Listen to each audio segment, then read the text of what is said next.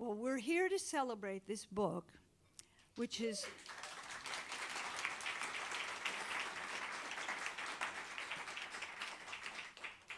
thank you. This has been quite a journey. The journey goes all the way back to 1970. But in the last 4 or 5 years, I've been working with an amazing team of people on putting this together. I never could have done this by myself. And I just want to read from the book a page. Sometimes out of the blue, a memory of me and Maggie in the car going across the western plains toward the mountains in the distance flashes in my mind.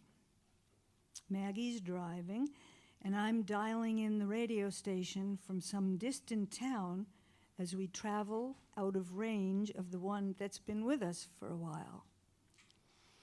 On my road atlas, I can locate the town beginning to call us from afar. That might be tonight's stop. Darkness begins to take over the land and turn all souls into pinpricks of light here and there, calling to those other pinpricks of light in the sky above us.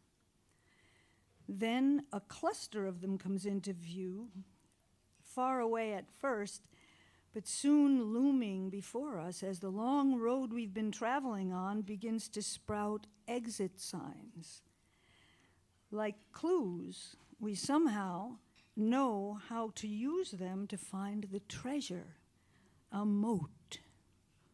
We called them moats because the L at the end of the neon word was often missing.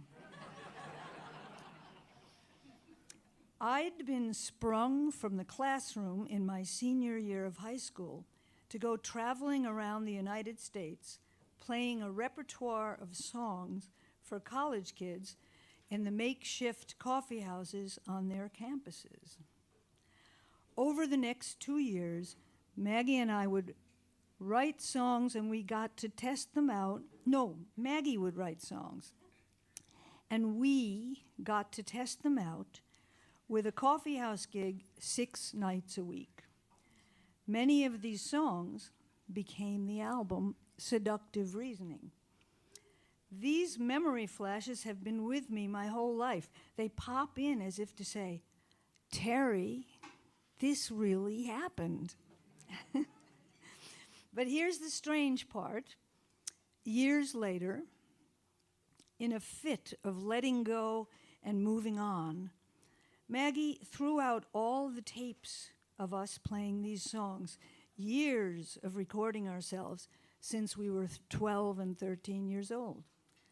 The only versions that remained were those on Seductive Reasoning until several years ago when I received the live recordings on this album from people who had heard us perform them long ago. In 2000, Maggie and I revived some of the arrangements and did a short tour as a duo. Some of these recordings are from that tour, and some are from live shows in 1974. And 2 of the songs on the record are outtakes from Seductive Reasoning that Paul Samuel Smith, one of the producers, sent to me 37 years after we worked on the record.